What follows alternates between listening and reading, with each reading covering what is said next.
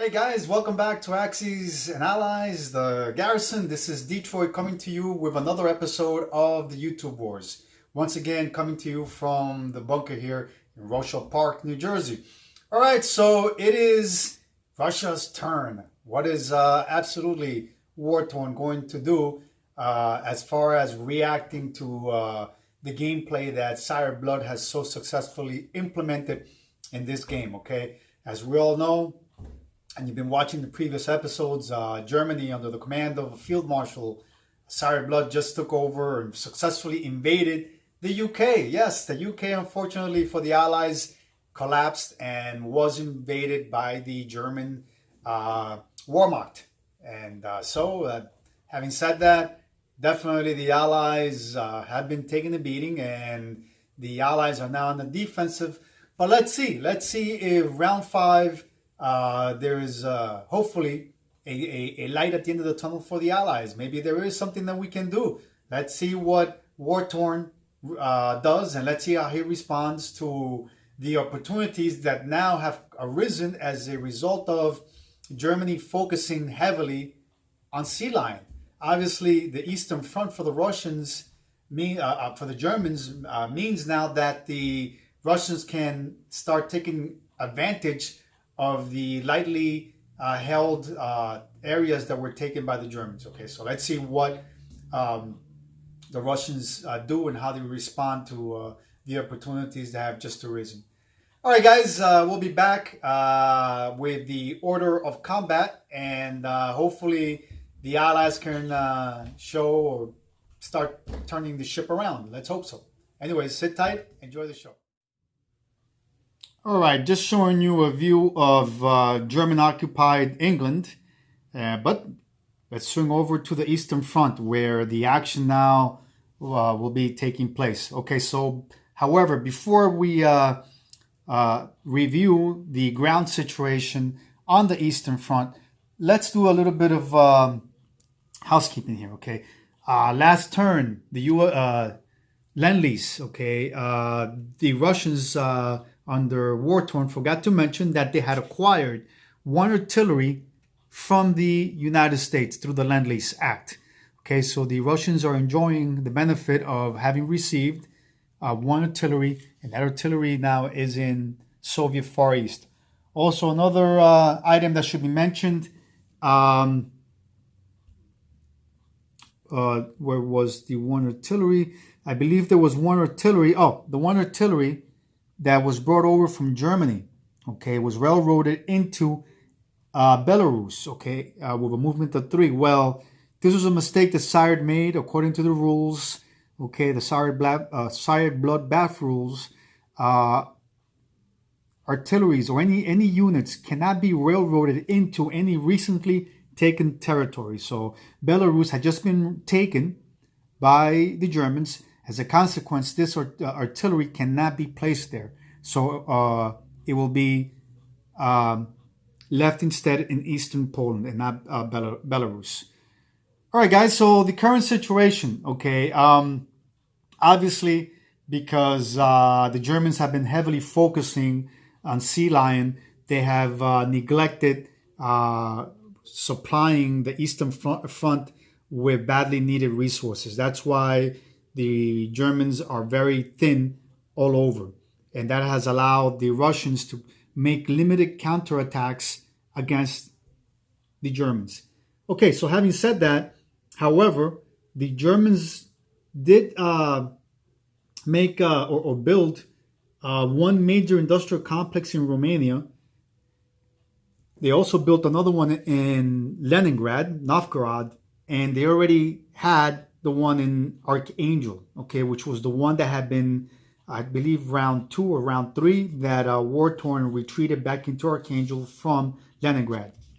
So that means that the potential, okay, for Germany to produce weaponry is immense. Okay, so Germany right now enjoys 2 minor complexes, one in Archangel, the other one in Novgorod / Leningrad, and one major industrial complex in Romania. So this is the current situation. Even though the Germans are on the defense, they can very easily go on the offense. All right, guys, that is the current ground situation on the Eastern Front. And we shall be back shortly with the order of combat.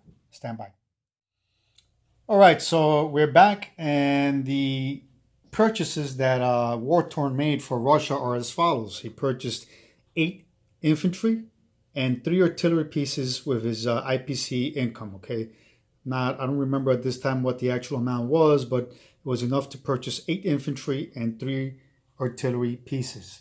All right, so let's review the order of combat, and let's go all the way to the east in the Siberian front. So you have the 1 artillery coming from, from Soviet Far East. It can move it at a count of 2 because it's advanced artillery.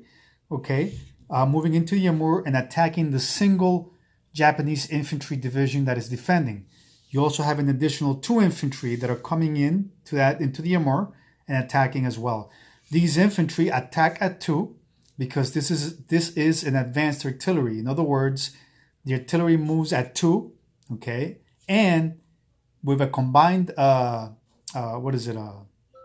combined arms attack of 2 supporting infantry, the infantry can also attack at 2. So this is why advanced artillery can come in handy as a weapons technology. Okay, so all right, let's go to Europe now, to the European side of the war. In the Urals, you have 2 Russian infantry moving in unopposed. In Vologda, you have 2 Russian infantry, 1 fighter, and 1 tactical bomber attacking the single German armor division and 1 mech division defending. All right, in Archangel, you have 2 Russian, 1 infantry, and 1 fighter squadron attacking 2 artillery and 1 German infantry division. In Vologda, okay, you have 2 artillery, 2 infantry, 1 mechanized infantry attacking 2 divisions of German and artillery defending units. And that's it for the battles. All right, so pretty much the Russians are performing limited counterattacks, and let's hope that the Russians, for the sake of the Allies, are effective in their attempts at retaking their lost ground. All right, guys, we'll be back, and sit tight. We'll be back with the results of battle. All right, so let's review the order of battle, or the results of the battles that were just fought. In the Amur, the Russians were very effective at eliminating the single Japanese infantry that was defending. They themselves did not sustain any casualties, so let's remove this Japanese battle marker from that territory. So that's a +1 for Russia. Let's go to the European side, or theater of war, and the Urals was just a walk-in, so that becomes Russian again.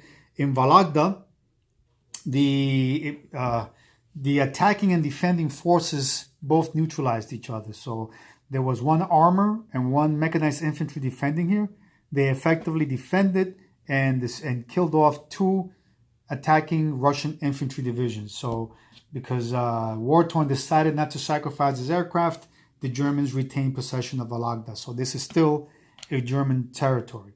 Okay, so is Netsia. Okay, because Netsia was actually the Germans blitzkrieged through here last turn, during their turn. All right, Archangel. Okay, very successful battle for the Russians.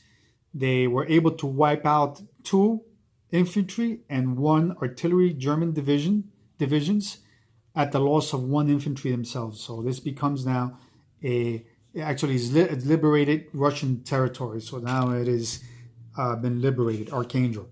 Okay, in Belarus, another successful battle for the Russians. Okay, I forget what the actual unit losses were here, but I can tell you that the Germans were defeated here. Okay, so another liberated territory for the Russians. All right, so that's about it for the combat component of this episode, and we shall be back with the non-combat movements shortly. Stand by. All right, so let's review the final movements of the fighters, aircraft that were involved in the battles that just took place. Also, we'll be reviewing the non-combat movements and the placement of the newly purchased units that the Russians purchased in this war. Okay, so the 3 aircraft, okay, that participated in the attacks, okay, in Vologda and Archangel, all right, will be going back to Moscow. So they had all more than enough gas to go back. All right, so the AAA that was in Tunguska will be moving into Novosibirsk. Okay, so that unit is now in Novosibirsk. Okay, I believe I made a mistake here. I believe the Russians, during the review of the recap of the battle, the Russians actually lost 1 infantry here. So the Russians have 1 infantry and 1 artillery division remaining in the Amur. Okay, the Russian army in Ulaanbaatar, okay, withdrew and moved into central Mongolia. That's a total of 15 infantry, 2 light armored units, and 2 AAAs. Okay, the 2 armored divisions in western Ukraine moved over to Rostov. Okay, the 3 AAAs, correction, the 2 AAAs and the 3 artillery divisions that were in the Ukraine withdrew from the Ukraine and moved into Rostov with the 2 armored pieces, all right, as well as with 2 infantry divisions, okay, that are there now. That's it for the non-combat movements. Now let's review the placement of units. Rostov, 1 newly purchased or recruited infantry division was placed there. In Moscow, you have a total of 7 infantry divisions that were recruited and 3 artillery divisions that were just also put together for the defense of Russia. And that's it. So I believe that Russia should be collecting around 39, potentially 40 IPCs. I'm not quite certain at this time. There's a difference of opinion on this issue as far as how much money Russia is collecting. I'm going to have to confirm that for the next episode or the next video. All right, guys, that's it for this episode of the YouTube Wars. Definitely, the Russians are reorganizing their armies, and they are in the process of figuring out a way to counter the German threat, the German horde. Definitely, the Germans are coming back, as Field Marshal Sire Blood indicated before, and it was a threat, and that's how I took it, that they'll be back, and they surely will be. So now, that's it for this turn, for the Russian turn, and it's now Japan's turn in the Far East. So we're quickly approaching the halfway point of our round 5. Let's see what Generalissimo G.I. Joe does with the growing American menace coming from the U.S. coast and the Hawaiian Islands. And of course, let's not forget the Anzacs, who are definitely giving the Japanese a very, very hard time in the South Pacific. And believe it or not, even the UK. UK forces are still very much alive in Calcutta.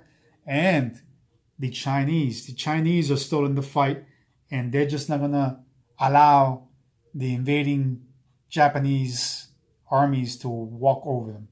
Let's see what happens. Let's see what Generalissimo G.I. Joe does. All right, guys.